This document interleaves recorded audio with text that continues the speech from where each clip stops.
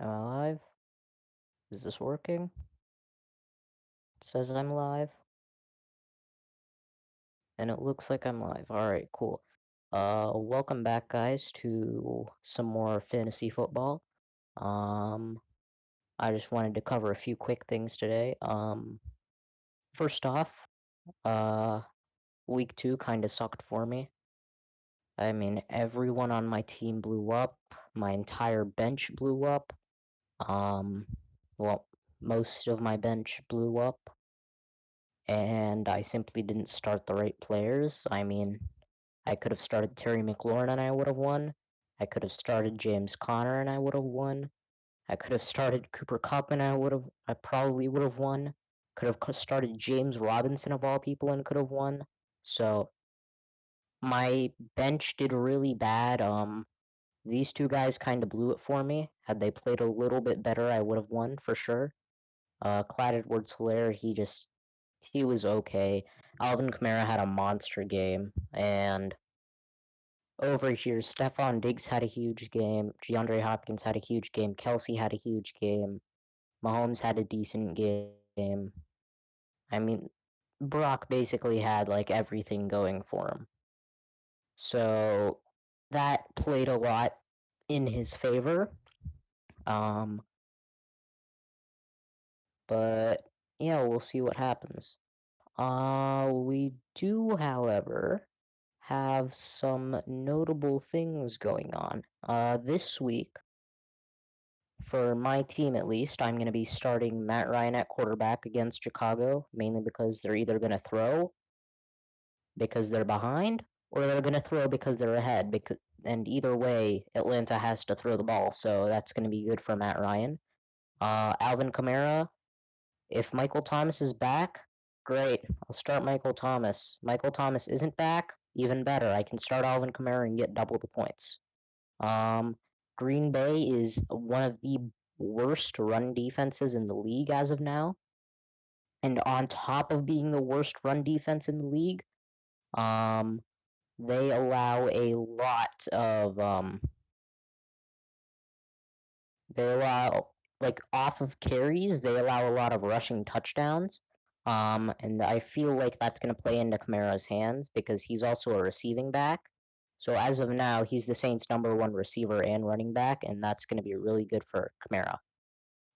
Jonathan Taylor, he's the number one running back.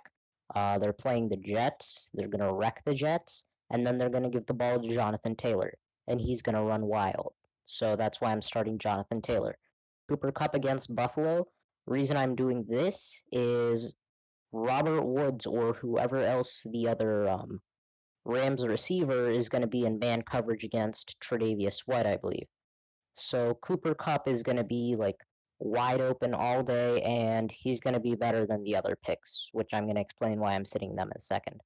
And Terry McLaurin, Cleveland secondary, not that great. I mean, Scary Terry can beat them all. It's going to be a great matchup there. Dallas Goedert against Cincinnati. As you guys know, Cincinnati's defense isn't that great. Cleveland tore them apart. Um, like against tight ends, okay, that's fine. But what I'm trying to say is, if you look at the target, reception, and yards, you'll see that the average catch per se, each catch is going for approximately 13 yards. That's a little off here, it's a little higher here, but it's about 13 yards each catch. And Dallas Goedert is a great deep threat. Bengals don't really have a solid defense right now, and I think Dallas Goedert is going to blow up this game. Either him or Zach Ertz. I'm taking the risk on Goddard because I don't have Zach Ertz. James Robinson against Miami. They're either going to get ahead and they're going to run the ball a lot, or James Robinson's going to be a total bust. But I like that better than Clyde Edwards-Helaire. Um, Ravens defense against Kansas City. Kansas City is a monster team. Yes. I like the Ravens defense, however, because A, they have an insane front seven. Their front seven isn't normal. I'd say they're able to compete with the Pittsburgh front seven at the current moment. And their secondary isn't a joke either, so My money's on the Ravens to take that one. And then Jake Elliott against Cincinnati. Again, same reason I'm starting Dallas Goedert. He's going to have a great game because it's going to be a really offensive game, that game. So, Kansas City, Clyde Edwards-Helaire, why am I sitting him, some of you may be asking. Reason I'm sitting Clyde Edwards-Helaire, like I said earlier, Ravens front seven is monstrosity. So, I don't feel like look at these numbers right here. They allowed 24 carries and only 137 yards, 0 touchdowns. As of now, CEH is touchdown dependent. He is very much so touchdown dependent. And the Ravens haven't allowed a single rushing touchdown yet. I don't think they're gonna here. If anything, they're gonna lose in the pass game, but they're not letting Clyde Edwards-Helaire run rampant. Adam Thielen against Tennessee. Kirk Cousins is bad, and Tennessee is going to wreck Minnesota, especially their defense and Logan Ryan. Did I mention that he's the one who picked off Tom Brady last year? Right. Allen Robinson against Atlanta. Mitchell Trubisky, not a great quarterback. I'm trying to deal out Allen Robinson right now. It's not really working out, but we'll see where that goes. James Conner against Houston. This man is injury prone. If it comes down to it, a situation where I have to start him, I'll gladly start him, but right now I don't have to, and I'm not going to take the risk. Greg Zuerlein against Seattle. Dallas is going to have a tough time against Seattle offensively. Even if they do score something, it's probably going to be a touchdown. So Greg isn't going to get a lot of field goal opportunities, and that's why I'm benching him this week. Antonio Gibson. Deeper leagues, you can definitely start him, but I'm not because I have better running backs. Mohamed Sanu, only reason I have him is a replacement for Deebo Samuel. Once Deebo's back, Sanu's out the window. Same with Scotty Miller. He's my replacement for Michael Thomas. Once Michael Thomas is back, Scotty's out the window. And then Chris Herndon, I'm actually trading out for Tyler Higbee right now because Sam Darnold does not look like an accurate or capable quarterback. And that's why I'm trying to deal out or drop Chris Herndon. As you guys know, last week I also made the Michael Thomas Saquon Barkley trade. Really glad that I did that now because of Saquon's like ACL tear or whatever. I'm not happy that Saquon's gone because I don't wish that's a lot of pain you have to go through, but I'm happy I got rid of Saquon. That much I'm willing to say. Right, so that's my start and sit. If you guys have any questions about your team, I'm probably gonna do maybe a stream tomorrow, maybe a stream Thursday right before Thursday 4 o'clock ish, maybe possibly. Probably not Thursday, but tomorrow I might do another stream if I get a decent amount of questions, like 2 or 3 questions, and I'll build off of that. So tomorrow I'll see if I can stream. But you can leave your fantasy team questions in the comments, and I'll see if I can get to those as soon as possible. Probably tomorrow. That's 9:23:20 for people in the future. Cool. Okay, next. Waivers. Okay. Add players. Cool. So this is an 8-team league, and it's a decently deep thing, but this is what our waivers look like. A lot of players are picked up, but we'll see what happens here. From this waiver pool, definitely pick up Darius Slayton. He's going to be a solid wide receiver for now. J.K. Dobbins is a good handcuff for Mark Ingram, and the way things have been going running back wise, definitely pick him up just in case Mark Ingram gets hurt. David Montgomery, same thing, solid handcuff. He's going to play decently, so hold on to him and see what happens. Tyler Higbee, stud tight end this year. I think Jared Goff is finally throwing to tight ends. So I'm going to pick up Tyler Higbee and see what happens. DeAndre Swift, I don't know about him. Darius Slayton, I already covered. Tariq Cohen, he's in a committee with David Montgomery. Your call, you can pick up either one of them. Carson Wentz, avoid him. I'm gonna go into flex because I don't want to see quarterbacks. Hawkinson, he's gonna be a decent tight end this year. Startable for sure. James White, solid running back. Sammy Watkins, solid handcuff. Benny Snell, solid backup. Madison, solid backup. AP's playing well. Take him if you want him. Right. Mike Williams is definitely a solid waiver pickup. Jonnu Smith is a solid waiver pickup. Not Anthony Miller because Trubisky's bad. Justin Jefferson. Duke Johnson's a good backup.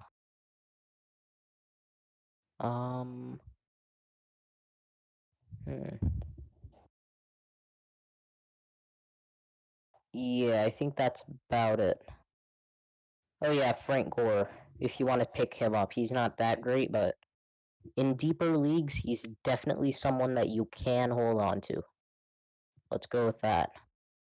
Alright, next, let's cover my team's matchup this week. Alright, so this week, I'm playing Ethan. I lost last week to Brock. That was a crushing blow. I'll still definitely make the playoffs, and when I'm due, I'm gonna be like a force to be reckoned with, to say the least.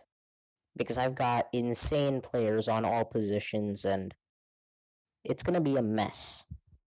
The playoffs are gonna be a mess. Right, so matchup. Matt Ryan against Chicago. I like that simply because he's gonna be forced to throw. Lamar Jackson against KC. I also like that matchup. Why? Lamar has to throw. Will he be able to throw? I don't know. Will he have to throw? Yes. Alvin Kamara, I already covered this. My team I already covered. Derrick Henry against Minnesota. I think this is going to be a great game for Derrick Henry because the Titans are going to get way ahead of Minnesota, and then they're going to run Derrick Henry a lot. So he's going to have a really good game. Eckler against Carolina, I don't know because Carolina's offense is proving to be very dynamic right now. Mike Evans against Denver. He's definitely going to play well the first half, but if the Buccaneers go way off in the first half, then they're not going to do much in the second, and that's going to be very detrimental for Mike Evans. Amari Cooper, I don't like any of the Dallas receivers, not because they're bad, but because there's so much talent in the Dallas backfield that it's hard to get the ball to everyone, and you never know who's going to get the ball. So one day Amari Cooper is going to break out, the next day CeeDee Lamb's going to break out, and the day after that Nelson Aguilar is going to come breaking out. So that's a huge mess. I don't want to get into that, but I guess Amari Cooper is going to score like 10 points, 12 points at least. So that's good. Darren Waller is going to score a good bit. Worry about him. Mark Ingram, I don't know because it's going to be a shootout that game. The KC Baltimore game, I think, is going to be either a shutout or a shootout. Either way, Mark Ingram's not going to run a lot. Rams defense against Buffalo, they're going to get slaughtered. I'm going to be honest here. In my opinion, they're going to get slaughtered. Buffalo's offense is so much better than last year. Josh Allen is coming out slinging. He's going to throw a ton of touchdowns. He's playing really well as of now. I really like Buffalo defense over the Rams offense. Or no, other way around. I really like the Buffalo offense over the Rams defense. So Rams defense might even get him negative points, if I'm being honest. And then Justin Tucker, Casey, he's a kicker. I don't know. Again, he'll score a good bit, I guess. Alright. If I was managing this team, though, I would start Robbie Anderson over Mark Ingram, probably. Unless, does he have anyone? Nope, just Robbie Anderson. Actually, or Marvin Jones. Either Robbie Anderson or Marvin Jones over Mark Ingram, just because I don't see him running a ton. But other than that, solid. Definitely solid. Alright, next. Brock's team versus Sanjay. One of these guys is going to lose, and that's going to make me happy, but unfortunately, one of them also has to win. Frankly, though, my money's on Brock this week. Despite the fact that he's starting Joe Mix against Philadelphia, because Philadelphia's current run defense isn't that great. Patrick Mahomes against Baltimore, it's going to be a shootout. He's going to get solid points. Josh Allen against LA Rams, he's just going to slaughter everybody. So that's that. Joe Mixon's decent. Elliott's going to play okay. Cook's going to play pretty good.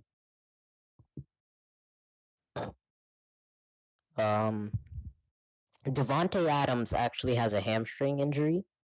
I don't know if you guys know about that, but it exists, and that might be a problem in the future for Devontae Adams if he aggravates that on Sunday. That's definitely going to be a problem for him. OBJ, I don't know how well he's going to play against that Washington front seven, because Washington's front seven is a lot better than we think it is, and if anything at all goes south, OBJ's done. Noah Fant against Tampa Bay, they're definitely going to have to throw. How well the Denver backup quarterback can throw, I don't know. David Johnson against Pittsburgh, he's going to score like 2.5 points and get injured. Why? Pittsburgh front seven is insane. Colts defense against the Jets, go for it. That's going to be a bloodbath. Gold against the Giants. I mean, I don't see why not. Over here. Baltimore, good matchup. Philly, good matchup. The Dallas, good matchup. Hopkins against Detroit, good matchup. This is a solid matchup. That's a okay matchup, I guess. Robert Woods is a decent matchup. Not too sure how confident I am on him because he's got his hands full with Tre'Davious White, so that might be a problem, but 49ers against the Giants, that's going to be an easy game for them, I think. They're not too crippled on defense. Yeah, they lost Nick Bosa, but Giants lost Saquon Barkley, and they don't have an offensive line, so that might make a big difference. Chris Boswell's going to have a decent game against the Houston team. All right, this game. Oh yeah, picks. Yeah, I'm going Brock this game, simply because I'm kind of hoping Sanjay just straight up loses. This game is going to be very, very depressing. Is he just hoping Raheem Mostert plays? Does he realize he has Melvin Gordon and like Brennan Cooks and like these kinds of guys that he can play? I hope so. Right, so Russell Wilson against Dallas, solid matchup. Jacobs on New England, decent. Tyreek Hill at Baltimore, decent. Decent. Pretty good. Average. I don't know about Seattle against Dallas because, again, Dallas offense is dynamic. You don't know if they're going to do good or bad. If they do bad, though, Seattle's going to have a field day. Arizona, Matt Prater, I don't know. I guess he exists. Assuming he takes highest projection for his flex option, I'm going to say Melvin Gordon. That's going to be a shootout in Tampa. I don't know. They're not going to be running the ball a lot, and that's really all Melvin Gordon's good for. So I don't know about Melvin Gordon. If I were Caden, I would start. Honestly, John Brown. I know that sounds crazy, but the Rams defense isn't that great. I'm not starting Brandon Cooks against Pittsburgh because that's going to be a mess. Not starting Michael Gallup against Seattle. That's going to be a mess. Melvin Gordon against Tampa Bay. That's going to be a shoot. That's going to be a blowout. They're not going to run the ball. I mean, I guess you could start Hayden Hurst against Chicago if you really wanted to, but frankly, I would just go with John Brown. He's a lot more like low floor, yeah, but he has a really high ceiling, so I don't know. I'd take the risk on John Brown if that's my team. And you have to. Oh, wait. No, he has to start a running back. Okay, so. Oh, looks like he has to start Melvin Gordon then. Oh, it sucks. This team, though, I mean, he has decent matchups everywhere, really. Except Deshaun Watson against Pittsburgh, which is arguably his most important matchup, so. I don't know. This game, though, my pick's going towards this guy, Caden. Alright, Kenny against Michael. Hmm.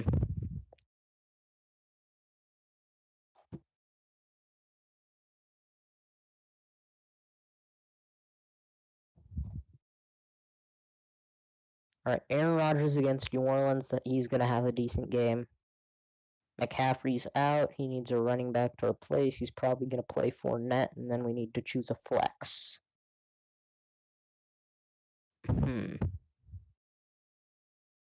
I would play Edelman. Not because of point projection or anything, but because Edelman is playing Las Vegas, and Vegas showed yesterday that they cannot handle a slot, like, quick receiver kind of guy. And that's exactly what Edelman is. So I think Edelman's going to be worth it to start in the flex position. Right, so Kenyon Drake at Detroit, I don't know. I don't know really because Julio's going to be injured, and I don't know if he can handle Chicago. He like pulled a knee or something, pulled a hamstring, something like that. Chris Godwin against Denver again. I don't know. Mike Evans is the number one right now. Mark Andrews against Kansas City. I guess he'll do okay. Leonard Fournette against Denver. I don't know. I mean, they'll do okay. They're gonna score he's gonna score like 10 points, but that's about it. Bills defense against the Rams. I'll take that. And then Will Lentz against Green Bay. It's all he has, but I'd try to find someone else. Personally, not my favorite pick. Let's go with that. Yeah, I mean, these are all decent matchups, right? This is a solid boom chance. My pick is going towards Michael, though, right now, because he has no running back situation. His running back situation's a mess, and that's going to be a problem for him. Other than that, though, what else do I want to cover? I did my start sit. I did my waivers. Pretty sure. Oh yeah, I wanted to show you guys some crippling stats. Season stats, right? Points for. I'm number 2. Points allowed. I'm number 1. I allowed the most points and earned the second most amount of points. Basically, my schedule's been super hard and my team super good. Yet I keep losing for some reason. I mean, Max is just straight up unlucky, I suppose, but Ethan's pretty unlucky too. Kenny and Michael, how did they do? How did they fare? I mean, they're just pretty average, I guess, but like I'm just really mad because I have like 300 points and allowed 321. substantially more than anyone except Max, and Max never stood a chance, let's be real here. Max just got slaughtered both weeks. But that is the closest thing. It's me and Max, and everyone else is like 286, 267, 190, 285. Like 150 of these points were me, by the way. Just to clear that up. But so I don't know how that's going to go. All right. Final standing projections.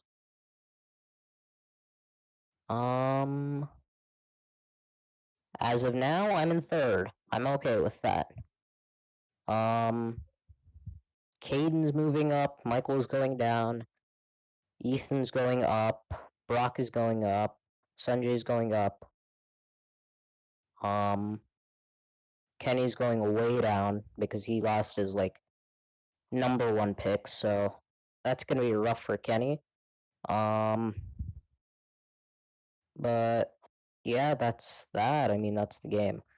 Oh yeah, I wanted to cover one more thing. Dynasty. I might be starting a Dynasty League soon. No random people off the internet. Relax. You're probably not going to be in the league. But I will be probably making a Dynasty League with my friends. And I'm going to be playing in that as well.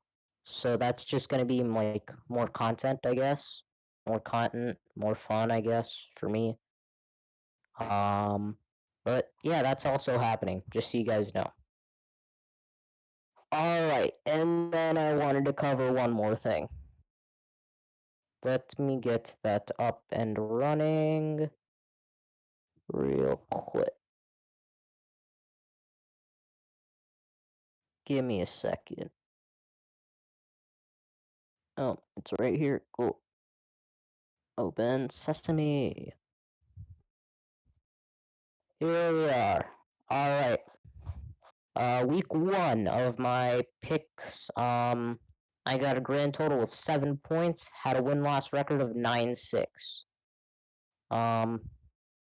This is a 9-7, unfortunately. 4 points because the Raiders are good at football. Alright, so, starting from the top, week 2. Bengals versus Browns, I picked the Browns.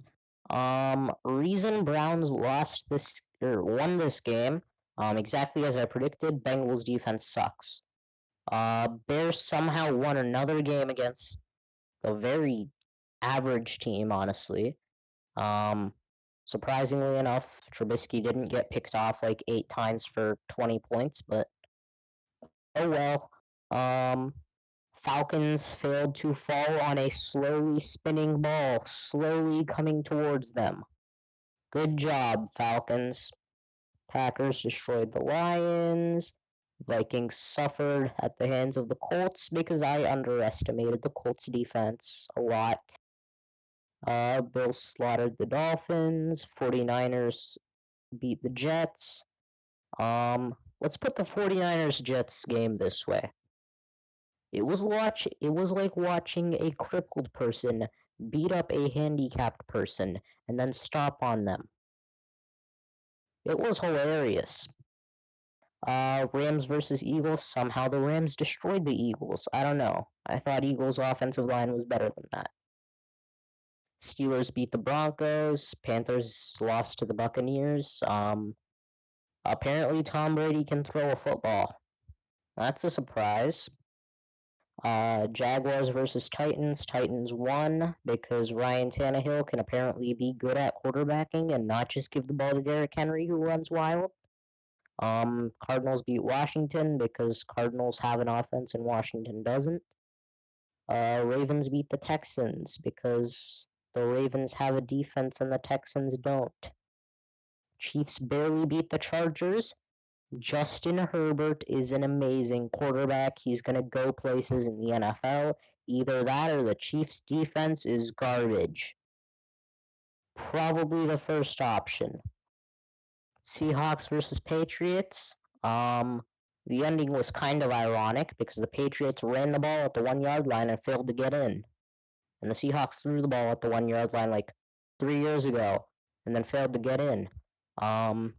Saints versus Raiders. I don't know what happened here because I didn't watch the game.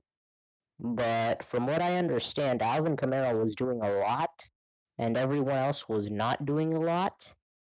And the Raiders happened to have more people doing things.